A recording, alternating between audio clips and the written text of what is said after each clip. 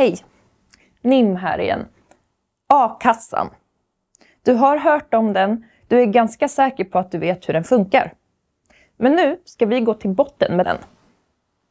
A-kassorna skapades av oss i fackföreningsrörelsen en gång i tiden. Varför gjorde vi det? Varför startade vi A-kassorna?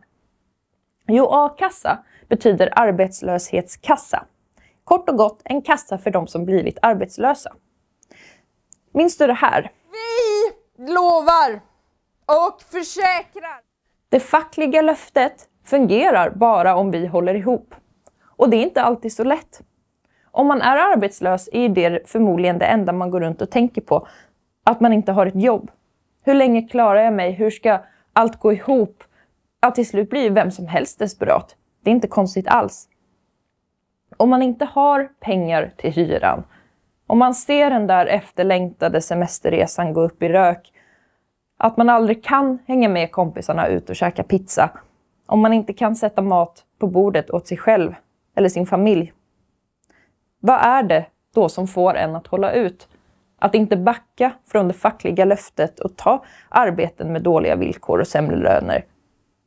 Jo, det är A-kassan. Vi bestämde tillsammans att vi skulle avvara en del av våra löner och sätta det i en kassa till våra kamrater som hade förlorat jobbet. Men också för att skydda det fackliga löftet. För att ingen av oss skulle tvingas arbeta för sämre löner eller villkor än vad vi hade lovat varandra. Man kan alltså säga att A-kassan är ett skydd både för individen om den blir arbetslös, men också för det fackliga kollektivet. För att trygga det fackliga löftet. Men det finns också rena lögner om A-kassan. Den värsta, det är att det är ett bidrag för de som inte vill jobba.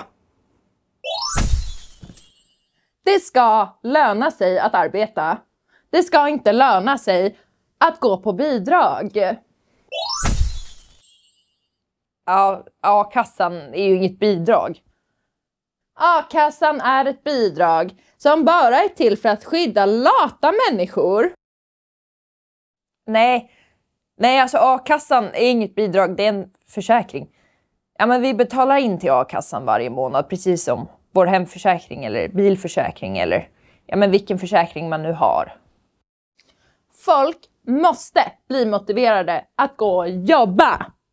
Annars ligger de ju bara hemma och spelar tv-spel om dagarna. Som om det kommer in pengar helt utan ansträngning.